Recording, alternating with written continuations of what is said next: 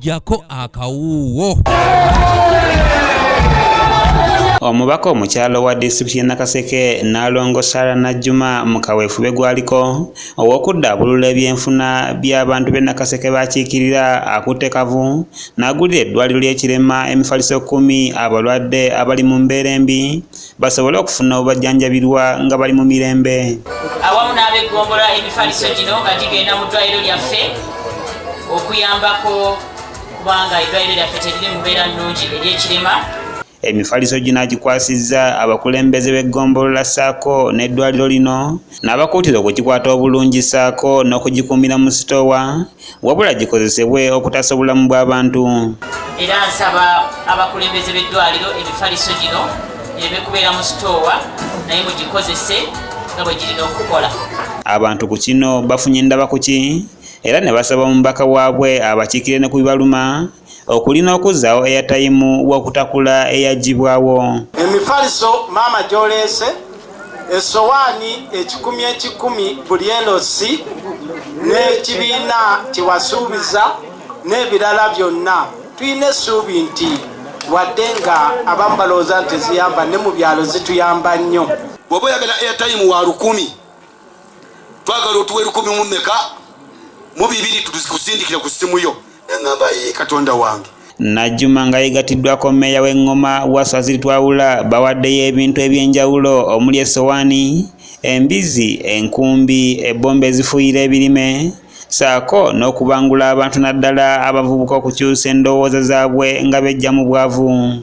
Tukyusa tutya endowooza tuve we tuli tudde awalala tukozesa tutya resources tono ze tulina tufune ebiki tufune ebingi kwafe n'ebizibu by'essemuto ebizibu bya Nakaseke bifaanagana. Bano era babitaddemu engato ne boolekera eggombolola y'ekito ku kyalo Katale ka Mmese gye bagabidde obutebe 2 ssaako ne tenti 2 ezituuza abantu 100 nga bibalirwamu obukadde bwa Uganda 10 okwongera okuddaabulula enkulaakulana y'ekitundu. Tulina obuzibu bwe bituulwako okugeza nga tenti n'obutebe naye tubadde tuli awo ng'omubaka Honorable Najjuma Sarah ng'atuleetedde tenti ng'era tugenda giganyulwamu. Era tulwana nnyo tulabe nti ne wana akatale waakiri gasobeko gakoleke gayingireko ekyo tugezaako okulwana tulabe nti waakiri gakole ki kajjeko eno naye njagala oba buli abaka ba paalamenti tuli 405 ababaka bali mu kukola. Nze Najjuma bwe manya nti ekizibu ekiri ekito bwe nteekayo obutebe ne tenti mbamba yambyeko. Mu birala ebigabiddwa kubaddeko amabaati agenda ku masomero ag'abambuka era nga omubaka adduukiridde amakanisa ag'enjawulo okuli n'ey'okukyalo okuzaalibwa Ignatius Musaazi eyali omusaale mu kuyiya oluyimba lw'eggwanga nga wano abakwasizza ensawo za seminti 10 nga zibalirwa mu bukadde bwa Uganda 3 buyambeko okumaliriza omulimu gwa Mukama. Ng'omubaka w'ekitundu kino nga ndeese ensawo 10 okuyambako ku nnyumba y'omusumba ey'obusumba buno nga ennyumba y'omusumba teri mu mbeera nnungi nga tulina okugiddaabiriza. Embeera tebadde nnungi, ennyumba eyo ebadde etonnya n'ebisenge byonna byamogoka ate ne fuloowa nayo nga mogofu. Twagala okwebaza omubaka waffe Honorable Najjuma olw'omulimu guno gwatukoledde. Mu kiseera kino yadde nga bakulembeze bajja basuubiza abalonzi eggulu n'ensi emyaka kati giri 2 egikongose ku kisanja ky'emyaka 5 naye nga abamu ku balondebwa tebaddanga mu balonzi baabwe okujjako kubawulira nga bayisa abalonzi bye bagamba nti si bye babatuma okuli okujja ekkomo ku myaka gya pulezidenti wamu n'okussa omusolo ku mobile money n'ebintu ebikosezza omuntu wa wansi. Balina kutuwa ekyo kibawadde omukisa okutukozesa nga bwe baagala.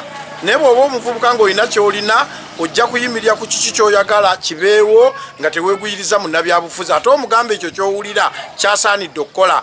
Buli katebe n'akapangisa siringi 33 buli katebe obutebe 10 kati bwe ndabye nga mukyala Najjuma Honorable aleese tenti wane Katale ka Mmese kinsanyusizza nnyo. Emikolo tegibaako we gitunda tugenda mu kupangisa obuso gweyazika naye bwe tuba nga tulina chance ey'emikolo nga tunasobola okugituuza ne tufunayo tenti.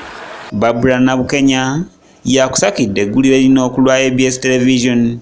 LC 10 tulina mu ka group muno kalina katenti kamu aka 10 naye olw'obuzibu tuba n'emikolo nga gya kufiirwa